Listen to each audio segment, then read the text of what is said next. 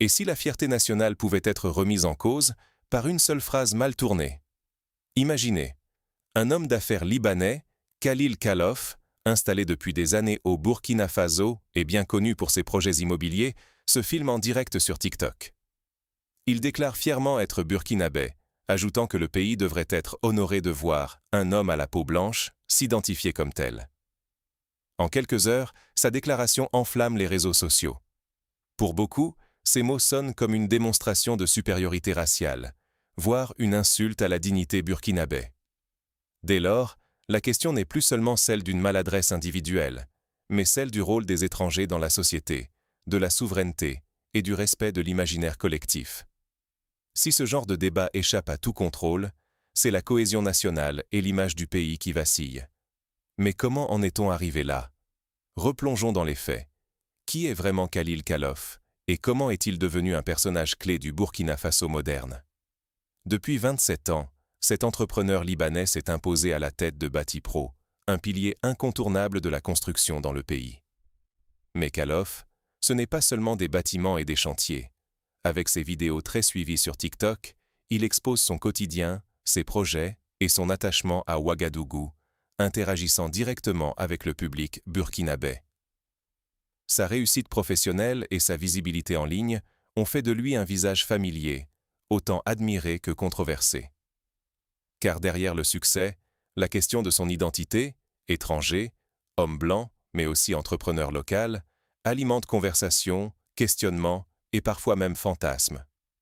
Dans un Burkina Faso où la souveraineté et la fierté nationale sont des sujets sensibles, ignorer les dynamiques d'intégration et l'image des étrangers, c'est risquer de fragiliser la cohésion sociale et la confiance collective. Mais tout a basculé lors d'un direct sur les réseaux sociaux, où un simple commentaire a déclenché une véritable tempête. Une phrase, des milliers de réactions. Comment s'est propagé le malaise? Tout part d'une vidéo TikTok, où Khalil Khalof, homme d'affaires libanais bien connu au Burkina Faso, déclare que les Burkinabés devraient être fiers qu'un homme blanc s'identifie à eux. En quelques heures, la séquence fait le tour des réseaux sociaux. Les réactions ne se font pas attendre. Pour beaucoup, sa déclaration résonne comme un discours de supériorité raciale, rappelant des blessures encore vives liées à l'histoire coloniale. Relayée massivement, la vidéo attise l'indignation. On voit émerger une vague de commentaires, d'analyses et d'appels à la responsabilité. Certains internautes réclament des excuses, d'autres s'interrogent. Que signifie être burkinabé aujourd'hui?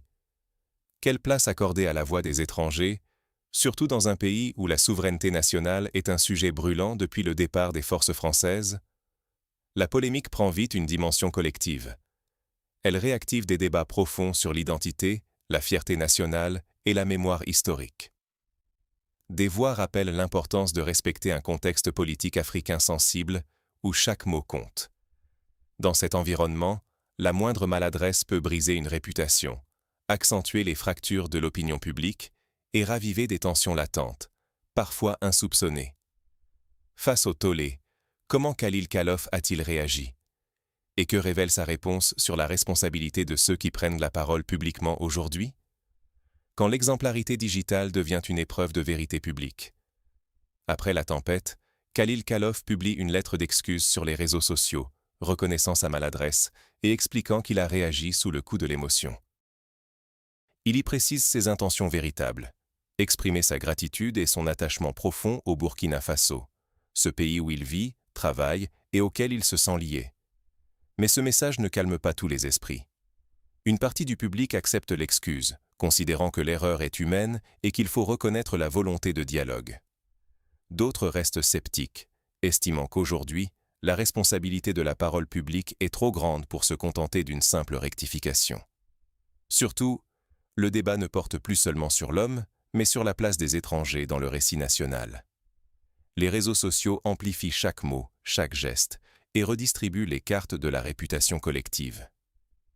Ce qui est en jeu dépasse la polémique du moment.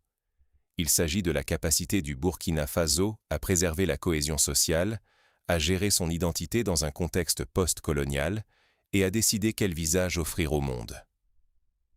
L'attractivité économique, la confiance des investisseurs et la diversité du tissu social peuvent être fragilisés par quelques phrases malheureuses ou renforcés par une gestion exemplaire des crises. Face à ce défi, quelles leçons pour tous, entrepreneurs, citoyens, communicants? La moindre phrase sur Internet peut façonner la réputation d'un pays entier. Dans un monde où chaque mot peut être amplifié en quelques secondes, la prudence et l'humilité deviennent essentielles, surtout lorsqu'on prend la parole publiquement. L'affaire Khalil Khalaf l'a bien montré. Une intention mal exprimée, même sans mauvaise volonté, suffit à déclencher une tempête numérique qui dépasse la simple sphère individuelle.